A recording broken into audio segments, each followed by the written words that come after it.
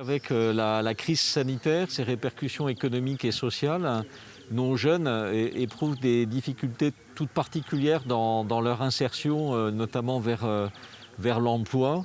Et donc il est de notre devoir et de devoir du ministère de l'Intérieur de proposer à ces jeunes des places de stage, des places de service civique, des places d'apprentis pour leur permettre de poursuivre leur parcours vers l'insertion.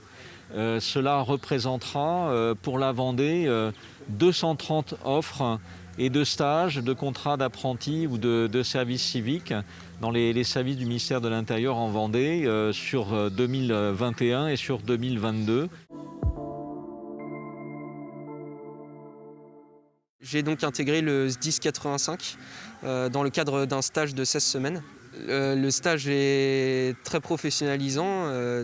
Il permet donc de mettre en pratique mes connaissances théoriques des métiers de la sécurité, avec donc une volonté donc de rencontrer des cadres, des officiers de sapeurs-pompiers plus proches, c'est-à-dire dans leur travail, dans leur fonction autre qu'opérationnelle, c'est-à-dire une fonction en fait de responsabilité, de gestion, qui est donc différente du milieu que je côtoie quotidiennement dans ma caserne. Je pense plutôt qu'on n'est pas forcément au courant qu'il y a des postes disponibles pour nous dans ces structures-là.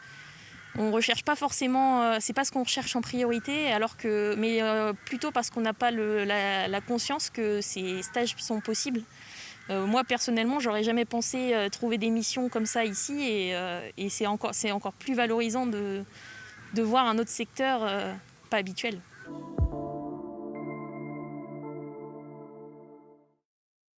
Accueillir ces jeunes, pour nous, c'est susciter des vocations. Le fait de découvrir en fait, les différents métiers en fait, de la gendarmerie peut susciter des vocations plus tard. Ces jeunes-là peuvent être recrutés plus tard pour être gendarmes, sous-officiers, officiers de gendarmerie, officiers du corps technique et administratif.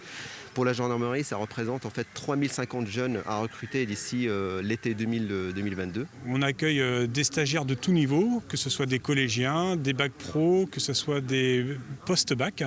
Pour tout ce qui est formation post-bac, là il y a vraiment un échange gagnant-gagnant entre le stagiaire et le service, puisque le stagiaire apporte une réflexion, de la matière grise, une aide finalement à conduire des projets.